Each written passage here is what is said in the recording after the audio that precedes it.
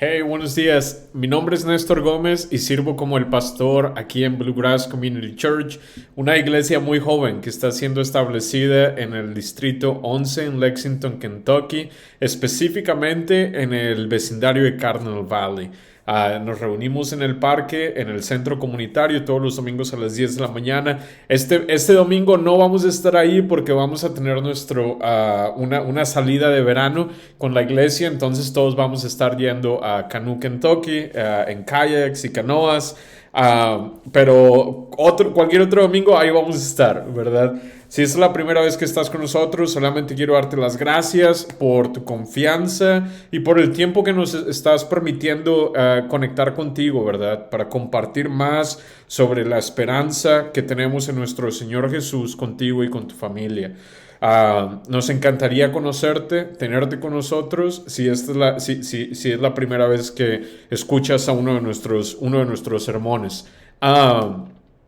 La palabra de hoy viene de Hechos capítulo 21, versículo 37 al versículo 22, al capítulo 22, versículo 29. Entonces, si tienes una Biblia a la mano, te voy a invitar a que vayas por ella y vamos a estar leyendo la palabra del Señor. Yo voy a estar leyendo de una versión que se llama la NBLA, Nueva Biblia de las Américas. Entonces, Hechos capítulo 21, versículo 37 en adelante. Dice, cuando estaban para meterlo en el cuartel, Pablo dijo al comandante, ¿podría decir algo? Y él dijo, ¿sabes griego? Entonces tú no eres el egipcio que hace tiempo levantó una revuelta y sacó los 4,000 hombres de los asesinos al desierto. Pablo le respondió, yo soy judío de Tarso, de Cilicia, ciudadano de una ciudad no sin importancia. Te suplico que me permitas hablar al pueblo. Cuando el comandante le concedió el permiso, Pablo de pie sobre las gradas hizo señal al pueblo con su mano, y cuando hubo un gran silencio les habló en el idioma hebreo. Hermanos y padres, escuchen mi defensa que ahora presento ante ustedes, decía Pablo. Cuando oyeron que se dirigía a ellos en el idioma hebreo, observaron aún más silencio. Él continuó, yo soy judío, nacido en Tarso de Cilicia, pero criado en esta ciudad, educado bajo Gamaliel en estricta conformidad a la ley de nuestros padres, siendo tan celoso de Dios como todos ustedes lo son hoy. Perseguí este camino hasta la muerte, encadenando y echando en cárceles tanto a hombres como a mujeres, de lo cual pueden testificar el sumo sacerdote y todo el concilio de los ancianos. De ellos recibí cartas para los hermanos y me puse en marcha para Damasco con el fin de traer presos a Jerusalén, también a los que estaban allá, para que fueran castigados. Y aconteció que cuando iba de camino, estando ya cerca de Damasco, como al mediodía, de repente una luz muy brillante fulguró desde el cielo a mi alrededor. Caí al suelo y oí una voz que me decía, Saulo, Saulo, ¿por qué me persigues? Y respondí, ¿quién eres, Señor? Y él me dijo, yo soy Jesús el Nazareno, a quien tú persigues. Los que estaban conmigo vieron la luz, ciertamente, pero no comprendieron la voz de aquel que me hablaba. Y yo dije, ¿qué debo hacer, Señor? Y el Señor me dijo, levántate y entra a Damasco, y allí se te dirá todo lo que se ha ordenado que hagas. Pero como yo no veía por causa del resplandor de aquella luz, los que estaban conmigo me llevaron de la mano, y entré a Damasco. Y uno llamado Ananías, hombre piadoso, según las normas de la ley, y de quien daban buen testimonio todos los judíos que vivían allí, vino a mí y poniéndose a mi lado, me dijo, hermano Saulo, recibe la vista. En ese mismo instante alcé los ojos y lo miré. Y él dijo, el Dios de nuestros padres te ha designado para que conozcas su voluntad y para que veas al justo y oigas palabra de su boca. Porque tú serás testigo suyo a todos los hombres de lo que has visto y oído. Y ahora, ¿por qué te detienes? Levántate y bautízate y lava tus pecados invocando su nombre.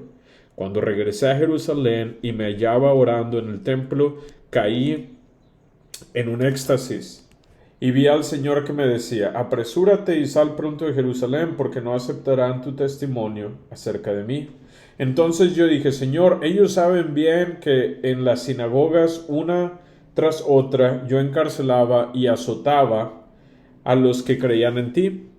Cuando se derramaba la sangre de tu testigo Esteban, allí estaba también yo dando mi aprobación y cuidando los mantos de los que lo estaban matando.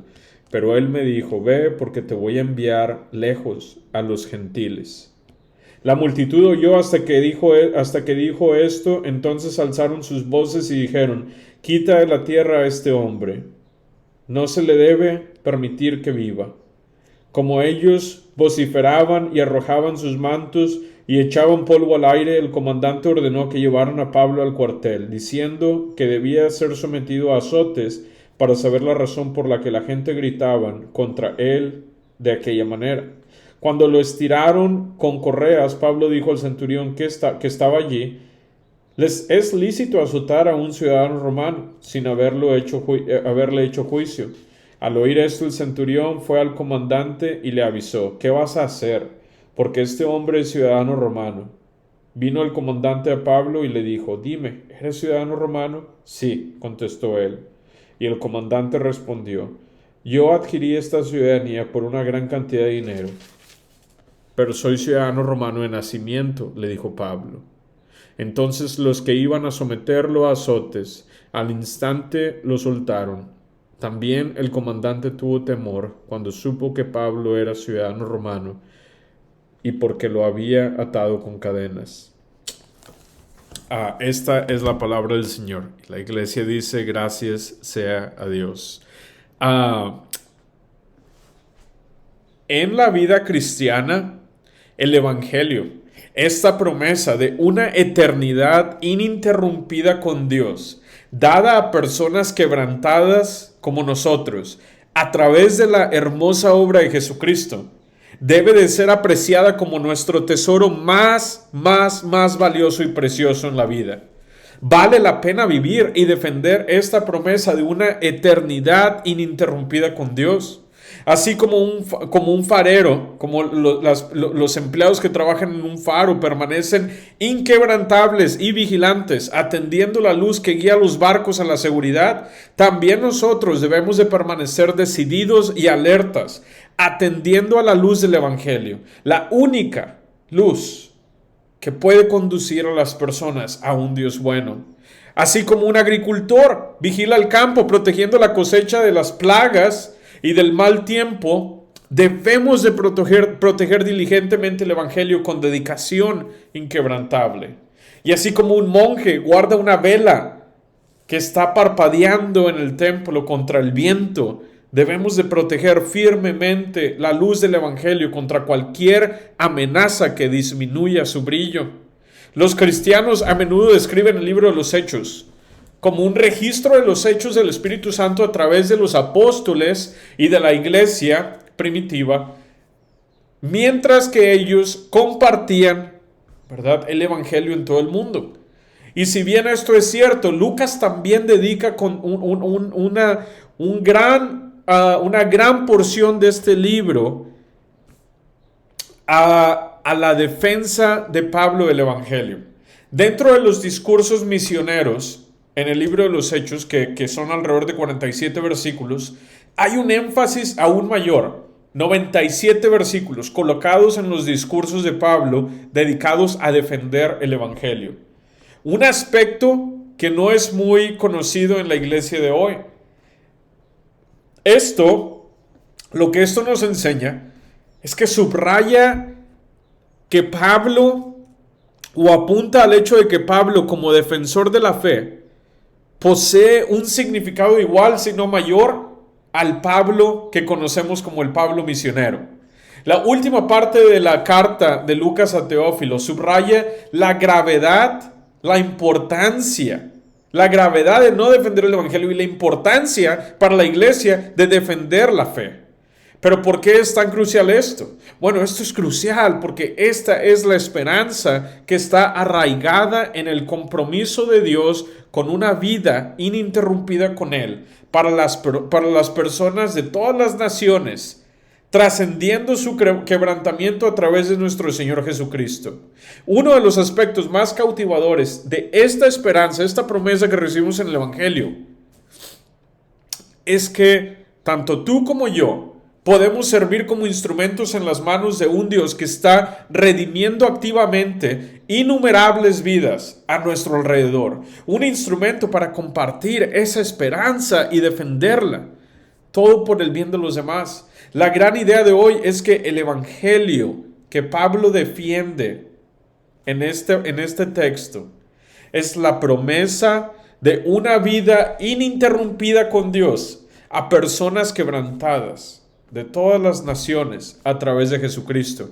Vamos a estar dividiendo el sermón en 3 secciones. La primera sección va a ir a capítulo 21, versículo 37 al 39, y vamos a ver que Pablo no era un rebelde, por lo menos no el rebelde que los romanos pensaron. La segunda sección va a ir del capítulo 22, versículo 1 al 21, y vamos a hablar en esa sección sobre el hecho de que Pablo fue un instrumento en las manos del Redentor. Un instrumento con un pasado, un instrumento llamado por Dios y un instrumento con un propósito. Y la tercera sección de este sermón va a tratar, va a ir del versículo 22 al 29, va a tratar con el hecho de que, con ese momento en el que Pablo reveló su identidad a los romanos. Entonces, antes de comenzar, vamos a ponernos en las manos de Dios y vamos a orar. Señor, te damos gracias, Padre. Gracias por tu palabra. Gracias por tu fidelidad. Gracias por lo bueno que tú eres, Señor, con nosotros. Gracias porque en tu palabra encontramos el consuelo, el ánimo, las palabras que necesitamos escuchar mientras atravesamos vidas que han sido impactadas por tragedia o sufrimiento. Padre, te pido que mientras yo hablo, que me des de nuevo autoridad para hablar tu palabra y que quites de mis labios cualquier palabra que sea innecesaria. De la misma manera te pido que tú prepares el corazón y las mentes de mis hermanos que van a recibir esta palabra. Que tú edifiques tu iglesia en base a tu palabra, Señor. Es en el nombre de Jesús. Amén. Amén. Pablo no es un rebelde, por lo menos no el que los romanos pensaron que él era. En los primeros 3 versículos del texto de hoy, ¿verdad? Vemos una conversación interesante entre Pablo y el comandante romano. Justo antes de pronunciar su discurso de defensa a la comunidad judía en Jerusalén, Pablo y este comandante romano tienen una conversación. Cuando Pablo pide permiso para dirigirse al tribuno, el comandante se sorprende al escuchar que Pablo puede hablar en griego. En aquel entonces el griego se hablaba ampliamente en Egipto y era un idioma común, muy común en la época. Sin embargo, no era un idioma que había sido adoptado por la comunidad judía como el idioma principal. Pero debido a que Pablo era de Tarso, muy probablemente él se había criado en un hogar en el que se hablaba griego. Cuando Pablo se para ante la comunidad judía y él mueve su mano, ¿verdad? Como un orador, él, y al hablar en griego, ¿verdad? El comandante romano pensó que Pablo era un egipcio rebelde que 3 años antes se había llevado 4,000 hombres asesinos al desierto. Debido a esto, ellos creyeron que Pablo era una amenaza política para Roma, pero muy rápidamente Pablo aclaró sus antecedentes, ¿verdad?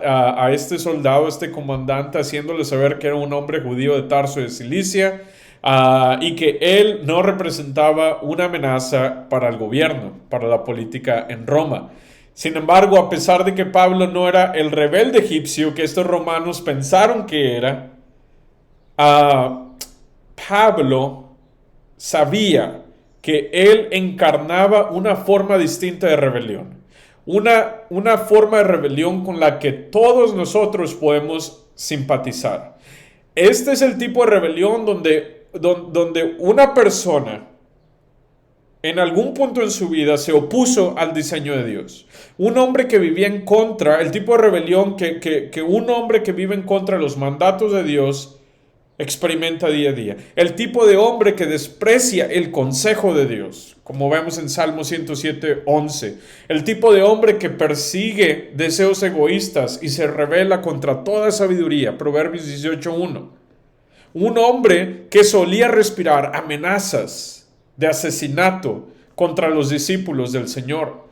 En consecuencia, aunque Pablo no era el insurgente o el rebelde egipcio que los romanos suponían que él era, esto no negaba el hecho de que él era un rebelde, de que en un punto en su vida había sido un rebelde, ¿verdad? No era el tipo de rebelde que los romanos pensaban que él era, pero sí había sido un rebelde. De la misma manera, algunas personas podrían decir: yo no soy una mala persona, yo soy mejor que los demás porque he logrado éxitos en la vida, no causo molestia a nadie, no me meto con nadie. Para aquellos con tales creencias o con tales maneras de ver la forma en la que viven, debo decirte que el hecho de que no encajes el molde de rebelde que otros juzgarían rápidamente no significa que en tu vida no te hayas que no hayas participado en actos de rebelión contra Dios. Romanos 3:23 nos dice que todos nosotros hemos pecado y estamos destituidos de la gloria de Dios. Cuando afirmamos que todos hemos pecado, transmitimos la realidad general de que hemos transgredido colectivamente el plan original de Dios para el mundo a través de nuestras acciones. Es innegable que nadie puede declararse exento de esta realidad. Aquellos que profesan nunca haber pecado o causado daño a otros o a sí mismos están enredados por el autoengaño. En 1 Juan 1:8 vemos que Juan escribe y él dice: si decimos que no tenemos pecado, nos estamos engañando a nosotros mismos y la verdad no está en nosotros. En la siguiente sección de este sermón, de este texto, ¿verdad? Pablo entregará uno de los mensajes más consoladores y tranquilizadores, apaciguantes, animadores en las Escrituras. Un mensaje en el que él se va a presentar como un instrumento que en un punto en su vida era miserable, pero que ahora está en las manos de un Dios redentor, un Dios que ha cambiado lo malo por lo bueno, que ha cambiado nuestro sufrimiento en gozo, en esperanza. Entonces, en los versículos que siguen vamos a ver este discurso de defensa que Pablo ofrece ante la comunidad judía. Pablo es un instrumento en las manos del Redentor, en las manos de un Dios que está redimiendo el mundo, y él era un instrumento con un pasado, como vamos a ver en los versículos 3 al 5. Después de que a Pablo se le concedió el permiso para dirigirse a la multitud judía, él se paró en los escalones e hizo un gesto con la mano a la gente. Cuando el público lo vio, las Escrituras nos dicen que hubo un gran silencio. Cuando guardaron silencio, Pablo les habló en arameo, comenzó a hablar, ¿verdad? Aquí está la cosa: si Pablo deseaba ser entendido por estos judíos, él sabía que tenía que hablar el idioma de los judíos, ¿verdad? Aunque Pablo hablaba griego. Esta es una gran lección para la iglesia de hoy. Y no solo habla no solamente habló su idioma, sino que también se presentó como alguien que podía relacionarse con ellos. Pablo no dijo: ustedes son un montón de pecadores, ¿verdad? Los llamó hermanos y padres.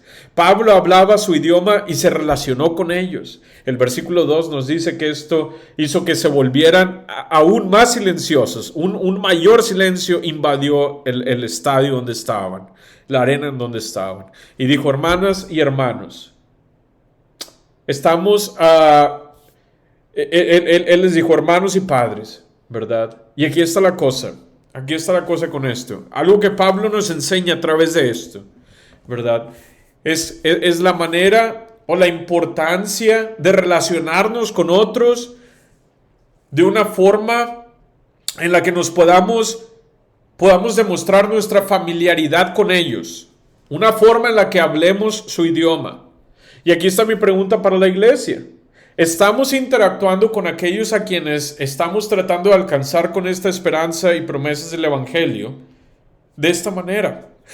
Estamos hablando su idioma, estamos hablándoles como padres y hermanos. Es así que la iglesia moderna interactúa con aquellos que están buscando, que necesitan de la esperanza de Cristo. Estamos aprendiendo, de una manera intencional cómo podemos, no literalmente hablar su idioma, pero figurativamente. Estamos siendo capaces de hablar con la gente mientras la gente está atravesando angustia, luchas, desesperación, desesperanza y quebrantamiento. Como seguidores de Cristo, ¿cómo vemos a aquellos en necesidad que no tienen la esperanza de Cristo? ¿Los vemos como un montón de pecadores? ¿O los vemos como Pablo les habló? Padres y hermanos, ¿verdad? Pablo dijo padres y hermanos, hermanos y padres. Versículo 1 del capítulo 22. Pablo nos está enseñando algo aquí. Pablo, el gran misionero, el gran predicador y apóstol, nos enseña algo crucial en este texto. Y es la manera en la que debemos relacionarnos con aquellos que no tienen la esperanza de Cristo. Pablo va a comenzar y va a terminar su defensa reconociendo y adueñándose, poseyendo su pasado como alguien que persiguió a todos los seguidores de Jesús.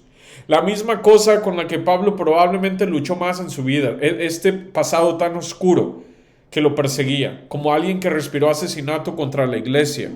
La única cosa, tal vez, que Pablo quería olvidar de su vida, fue la cosa que hizo la historia de Pablo tan inolvidable.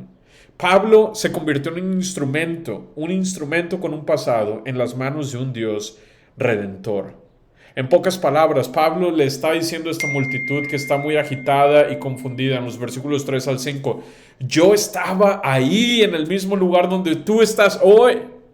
Yo nací judío, fui criado como judío, fui instruido a los pies de uno de los más grandes fariseos de la época, Gamaliel. Fui un perseguidor del camino. Puse a hombres y mujeres del camino que siguieron a Cristo en prisión. Incluso contribuí al asesinato de uno de los discípulos de Jesús, como Esteban.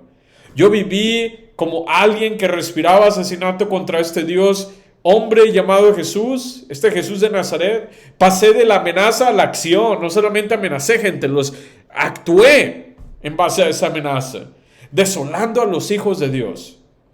Hermanos y hermanos, el Señor es poderoso para redimir toda la vida de incluso la persona más perdida que tú puedas pensar. Esas cosas que tal vez tú en tu pasado estás tratando de enterrar, son esas cosas que tú estás tratando de olvidar de tu pasado, podrían ser las cosas, las experiencias que harán que la historia, la obra de redención de Dios en tu vida sea inolvidable. La segunda cosa que vemos en relación a Pablo siendo un instrumento en las manos de un Dios redentor es que Pablo fue un instrumento llamado por Dios. Un instrumento llamado por Dios. En el versículo 6 al 13, Pablo nos dice cómo Dios convertiría al perseguidor de cristianos en un hombre piadoso, al asesino en un traficante de esperanza, al rebelde en un discípulo fiel, a alguien que respiraba amenazas y asesinato en contra de los seguidores de Jesús en un instrumento útil en las manos de un Dios redentor. En Hechos capítulo 22, versículos 6 y 7, siempre me atrapa, porque dice, y aconteció que cuando iba de camino, estando ya cerca de Damasco, como al mediodía, de repente una luz muy brillante fulguró desde el cielo a mi alrededor. Cuando esta luz vino, yo caí al suelo y oí una voz que me decía, Saulo, Saulo, ¿por qué me persigues? Pablo estaba en el camino a Damasco, un camino que lo llevaría al asesinato, un camino que lo llevaría al odio, un camino que lo llevaría a la desesperación, un camino que lo llevaría al aislamiento, un camino que lo llevaría hacia la destrucción de muchos.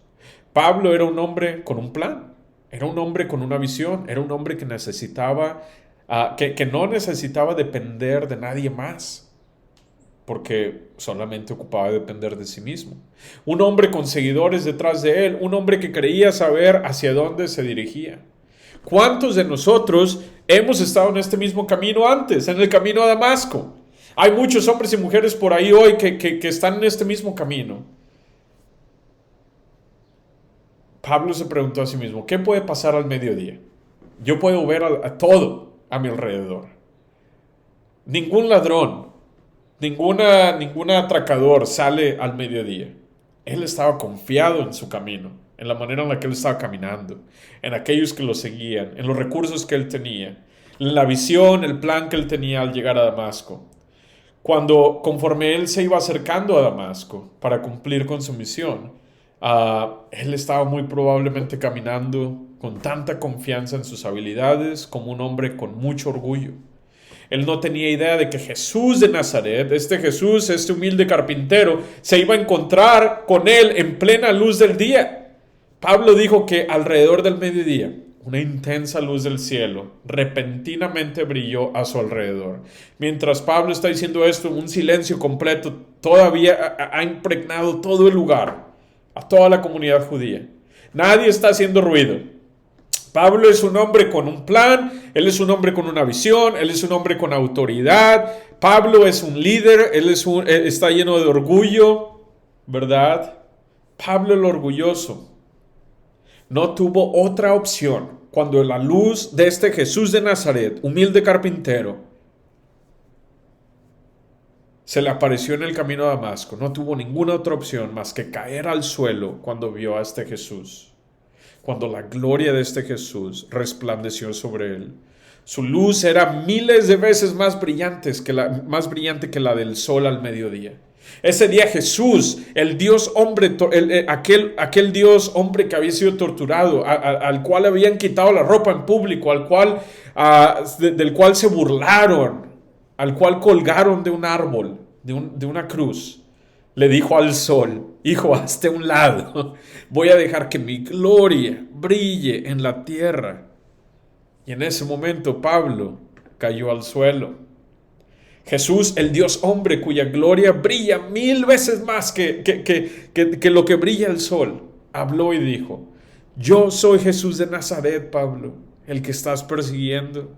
Y Pablo, el orgulloso, el hombre con un plan, con un objetivo, con sus seguidores, no pudo decir nada más que esto: ¿qué debo de hacer, Señor?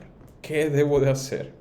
Ese día Jesús de Nazaret, el Dios hombre, estaba estirando su brazo para alcanzar a este miserable cincel y usarlo como un instrumento para llevar a cabo su obra de redención en el mundo, de la misma forma en la que un escultor usa un cincel y un martillo. El gran teólogo Jonathan Edwards dijo que la obra de redención es una obra que Dios ha llevado a cabo desde la caída del hombre hasta el fin y va a llevar a cabo hasta el fin del mundo. El Señor le habló a Pablo diciendo: levántate, ve a Damasco y allí se te dirá todo lo que se te ha asignado hacer. Las cosas no estaban claras para Pablo. Con demasiada frecuencia nos sentimos tentados a orar por claridad, cuando en cambio, en lugar de eso, deberíamos estar orando por fe. En la Biblia nunca vemos a nadie orar por claridad, pero sí vemos a los hombres y mujeres de Dios pidiéndole al Señor que les dé fe. En los últimos años he aprendido a orar por fe en vez de orar por claridad. He orado por claridad mucho tiempo y la claridad nunca ha llegado. Por lo tanto, Pablo en este texto ahora está caminando en fe. No está caminando en claridad. Pablo no puede ver. Pablo está ciego. Pero él continúa caminando en el camino a Damasco con fe, confiado en la voz de este Jesús de Nazaret que le ha hablado. En los últimos kilómetros que Pablo tiene para llegar a Damasco, él va a pasar del orgullo a la humildad, de la claridad a la fe, de la rebelión al arrepentimiento y de muerte a vida. Pablo dice: como no podía ver debido al brillo de la luz, fui llevado de la mano por aquellos que estaban conmigo y fui a Damasco. Cuando nos encontramos con esta gloriosa luz de Jesús mientras estamos en el camino a Damasco, no hay nada más humillante, en el buen sentido de la palabra, no hay nada más que te vaya a hacer, que te vaya a guiar a la humildad, que el saber que muchas veces vamos a tener que apoyarnos y aprender de aquellos que una vez consideramos ah, inferiores a nosotros. Nada está claro para Pablo en este momento. Pero como está siendo guiado, mientras Pablo está siendo guiado por aquellos que una vez le siguieron, ¿verdad? Pablo va a continuar con su camino, un camino de fe hacia la ciudad de Damasco, donde encontrará su verdadero propósito en la vida. La tercera cosa que aprendemos es que Pablo, como un instrumento en las manos de un Dios redentor, él era un instrumento con un propósito. En los versículos 14 al 21 todavía hay un silencio completo entre toda la multitud judía que está escuchando a Pablo, y en los siguientes 8 versículos Pablo va a comunicar el propósito de Dios para su vida, para lograr su propósito general de redención en el mundo.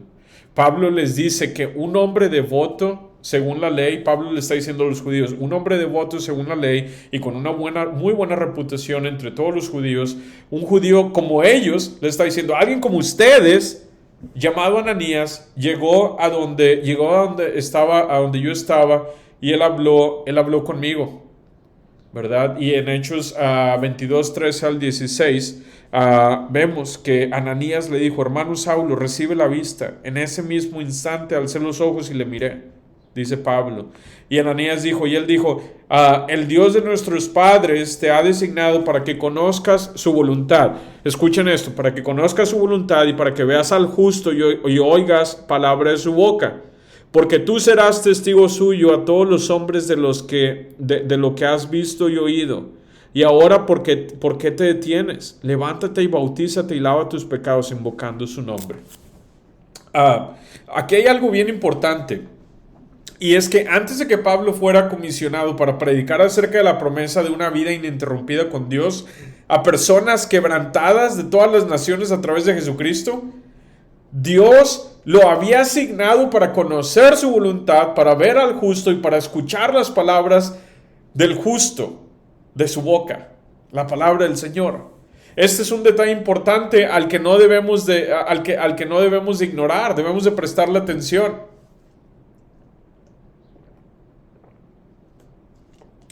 Si tú eres como yo y como la mayoría de los cristianos que yo conozco, tal vez es difícil para ti identificar el momento exacto en tu vida cuando viste a este Dios justo y escuchaste las palabras de su boca, que te llevaron al arrepentimiento y a la fe en su nombre. Y voy a ser completamente honesto, yo estoy celoso de aquellos que pueden recordar ese momento en que esto les ocurrió, porque yo no puedo. Para mí fue más como un proceso. No puedo apuntar a un momento en el que, aquí yo estaba en el camino a Damasco, y aquí vi la luz del Señor, y aquí yo me arrepentí, puse mi fe en Él.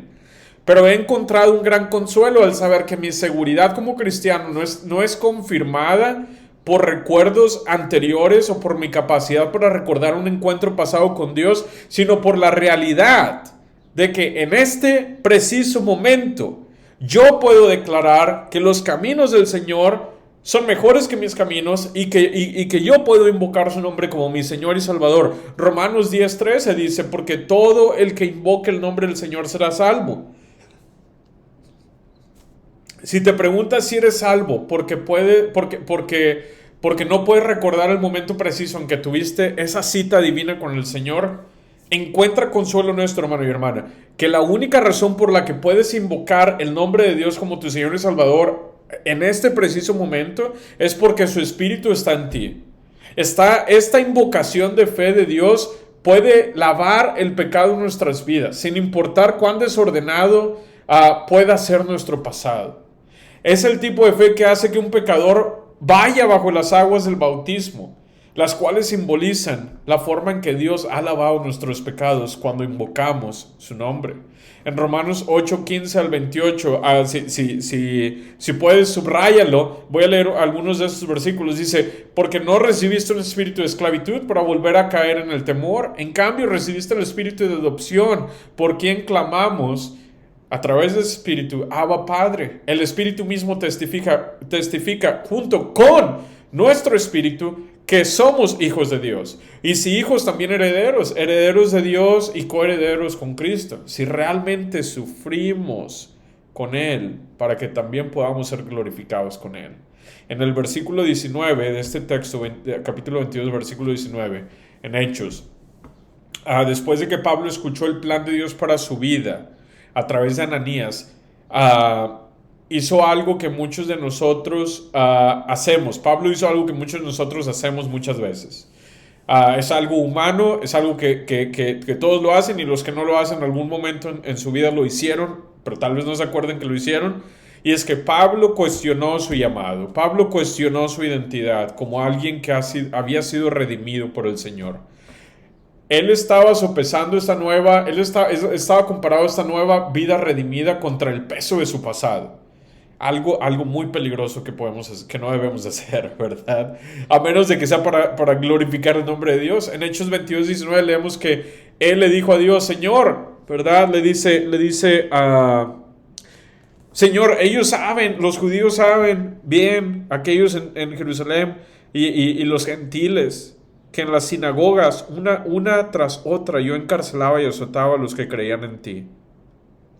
Y que cuando se derramaba la sangre de tu testigo Esteban, allí estaba también yo dando mi aprobación y cuidando los mantos de los que lo estaban matando.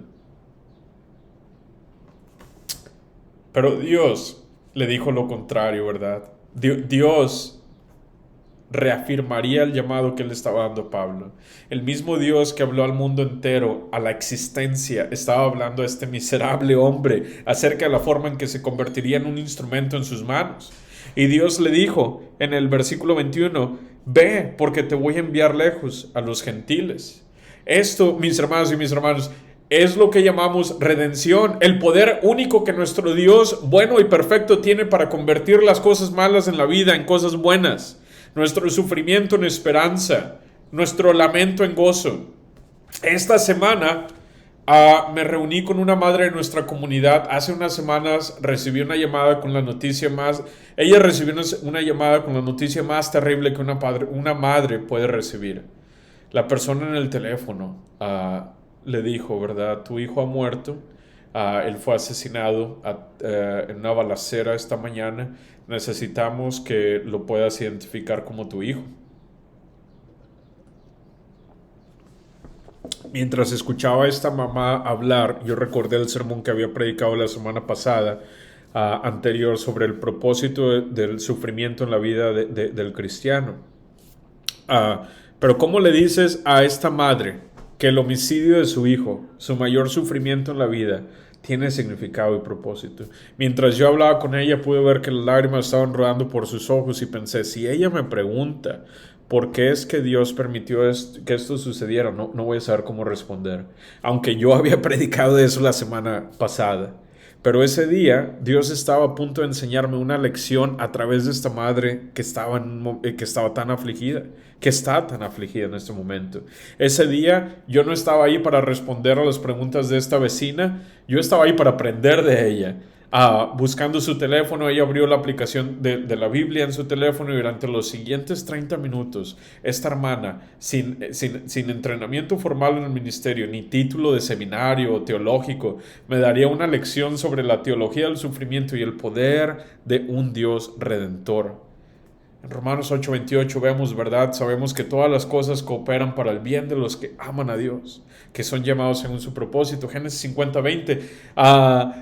Planeaste el mal contra mí, Dios lo planeó para bien, para lograr el resultado presente, la supervivencia de muchas personas. Proverbios 16:4, ¿verdad? El Señor ha preparado todo para su propósito, incluso los malvados para el día del desastre.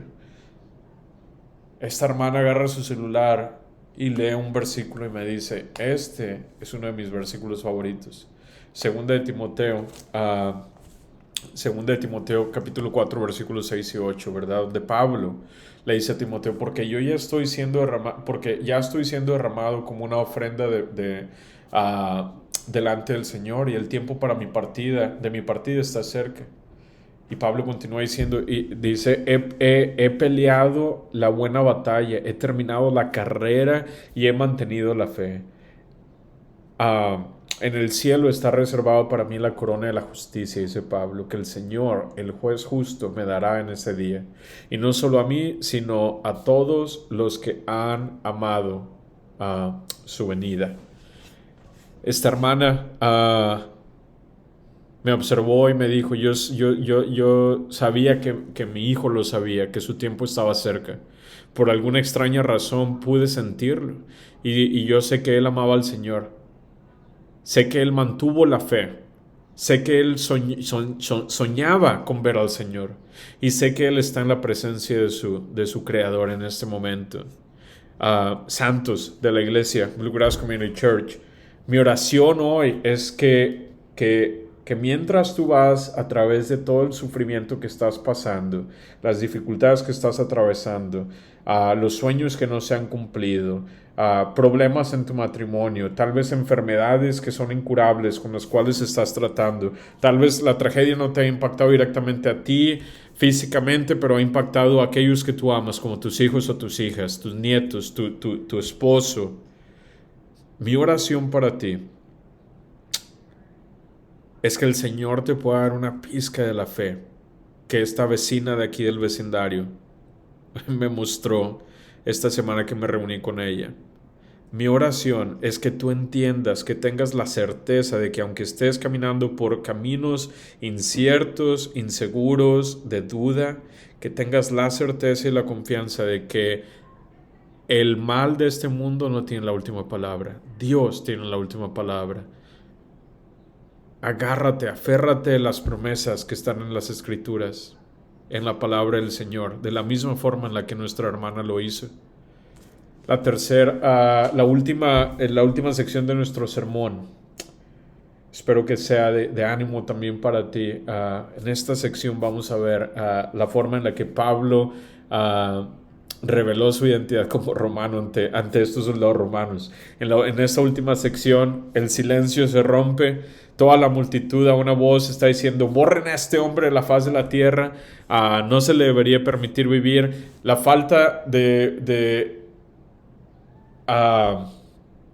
la falta de voluntad de los oponentes de Pablo, de los judíos, para considerar cómo la actividad reciente de Dios se relacionaba con la ley de Dios y sus promesas, los había hecho tan insensatos e incapaces de responder a una esperanza diseñada para ellos.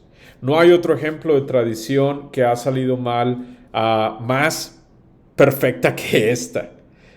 Su fuerte apego a la tradición para estos judíos, el fuerte apego que estos judíos tenían a la tradición, los hizo tan incapaces de poder ver claramente y los hizo muy obstinados, llevándolos hacia la mayor tragedia en la vida de una persona, la cual es rechazar a Dios. El mayor peligro de una práctica de creencia de larga duración que se ha establecido como una tradición que se puede socavar, que se ha establecido como una tradición, es que puede socavar la fe que se supone debe de apoyar, ¿verdad? Es uno de los mayores peligros de la tradición, que muchas veces la tradición termina arruinando la fe que se suponía debería de apoyar. El versículo 23 y 24 dicen que mientras gritaban y arrojaban a un lado sus ropas y arrojaban polvo por el aire, el comandante ordenó que lo llevaran al cuartel, que llevaran a Pablo al cuartel, ¿verdad? Ordenando que fuera interrogado con el flagelo para descubrir la razón por la que estaban gritando contra él de esta manera.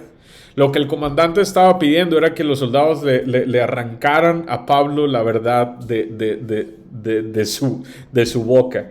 El flagelo era un látigo con un mango de madera y con pinzas de cuero unidas, ¿verdad? Unos pedazos de cuero. Y en esos pedazos de cuero había incrustaciones de astillas de metal para arrancar la piel de aquellos que estaban siendo torturados con este instrumento. Para su sorpresa, Pablo estaba a punto de revelar su ciudadanía romana a estos soldados. En aquel entonces, las leyes de Valerian y Porcianas prohibían golpear a un ciudadano romano de esta manera. Esas leyes decían que atar a un ciudadano romano era un crimen, azotarlo era una abominación y matarlo era casi un acto de asesinato. Mientras